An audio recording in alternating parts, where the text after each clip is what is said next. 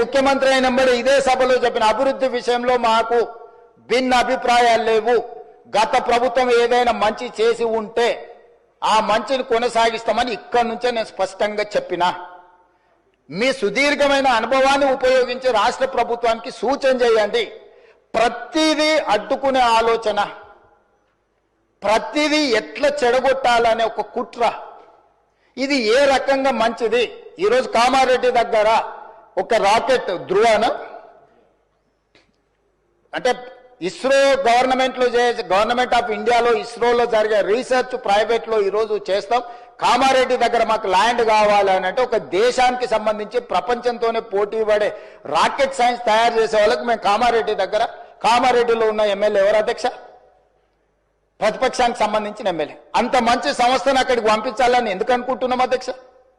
మాకేముంటుంది అధ్యక్ష? తెలంగాణ మొత్తం మాదే అధ్యక్ష.